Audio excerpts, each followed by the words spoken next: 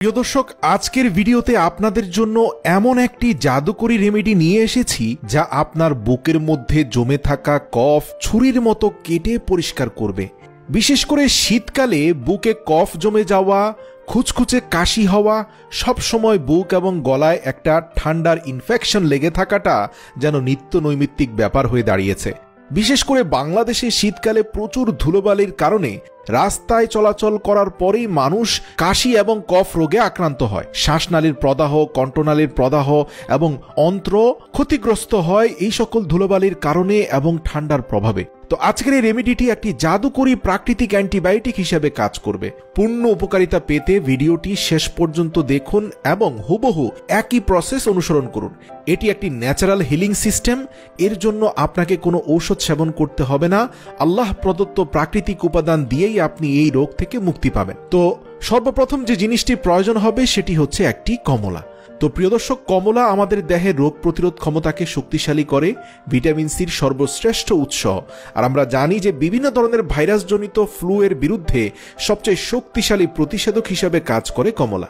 এছাড়াও এটি আমাদের অন্ত্রের ছত্রাক ও ব্যাকটেরিয়ার ভারসাম্য বজায় রাখে।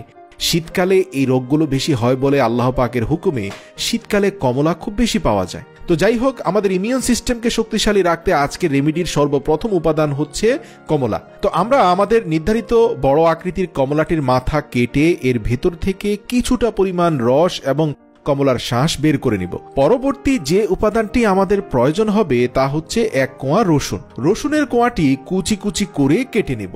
প্রিয় দর্শক, রসুন শুধুমাত্র শ্বাসকষ্টের জন্যই উপকারী তা নয়, এটি হাঁপানি এবং কাশির চিকিৎসার জন্য অত্যন্ত উপকারী এবং কার্যকর। এবং আমরা জানি যে শ্বাসনালীর জমাট ভাব দূর করতে, আপনার শ্বাসনালী খুলে দেওয়ার জন্য এবং শ্বাসনালীতে যদি কোনো ইনফেকশন হয় বা শ্বাসনালীতে কোনো ক্ষত হয় সেটা সারিয়ে দিতে পারে রসুন। হাঁপানির আক্রমণ সরাসরি প্রতিরোধ করে রসুন। এছাড়াও রসুন ক্যান্সারজনিত মৃত্যুর হার উল্লেখযোগ্যভাবে কমায়। তো রসুন আমাদের পাকস্থলীর ভেতরে টিউমার বৃদ্ধিতেও বাধা প্রদান করে।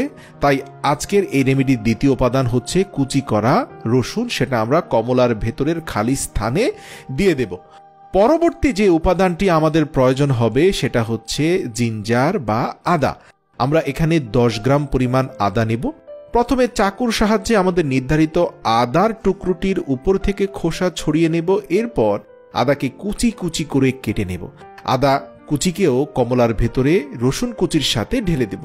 দর্শক, আদা আমাদেরকে সর্দি এবং ফ্লু থেকে রক্ষা করে, পাশাপাশি এটি আমাদের কার্ডিওভাস্কুলার হেলথ যথাযথ রাখতে সাহায্য করে। আদা আমাদের শরীরের শক্তি যোগায়, হজম প্রক্রিয়া ঠিক রাখে, এমনকি আপনার গ্যাস অ্যাসিডিটির সমস্যা দূর করে, অ্যালার্জি দূর করে। আদার মধ্যে থাকা উপাদান বুকের জমাট বাঁধা কফ দূর করতে সবচেয়ে শক্তিশালী উপাদান হিসাবে কাজ করে। পরবর্তী উপাদান হচ্ছে আমরা নেব অর্গানিক মধু। আমরা এখানে 1 চা চামচ প্রাকৃতিক মধু যোগ করব।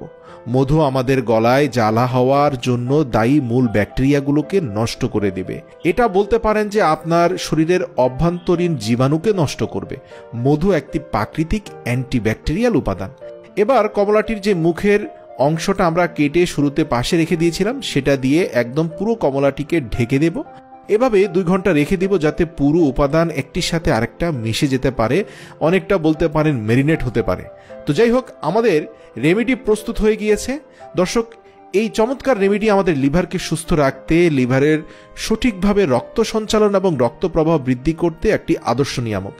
এরপরে আপনারা এর ভেতরের উপাদানটিকে যেভাবেই পারেন বের করে একটি ছাঁকনি দিয়ে ছেঁকে সেই রসটা আপনারা সেবন করবেন। এখন আমরা এখানে ভিডিওতে একটা বিশেষ প্রক্রিয়ায় এর ভেতর থেকে রসগুলোকে বের করেছি। এটা আপনাদের ঘরে না থাকলে আপনারা চাইলে যে কোনো উপায়ে এটাকে নেড়ে চেড়ে চামচ দিয়ে বের করতে পারেন, অথবা ছুরি দিয়ে কেটে এর উপাদান বের করে ছাঁকনি দিয়ে ছেঁকে তারপরে আপনারা সেই জুসটা পান করবেন ইনশাআল্লাহ। টানা 5 দিন আপনারা খাবার খাওয়ার 1 ঘন্টা পরে যদি নিয়মিত 1 থেকে 2 বার পান করতে পারেন, 5 থেকে 6 দিনের মধ্যে আপনার বুকের কফের ভাব একদম নিরাময় হয়ে যাবে ইনশাআল্লাহ। এই রেমেডিটি 6 বছরের উপরে যে কোনো শিশুদেরকে পান করানো যাবে। 2 চা চামচ পান করাতে হবে। 12 বছরের বেশি যাদের বয়স তারা 250 গ্রাম পর্যন্ত পান করতে পারেন। পূর্ণবয়স্ক মানুষ আধা গ্লাস পর্যন্ত পান করতে পারবেন ইনশাআল্লাহ।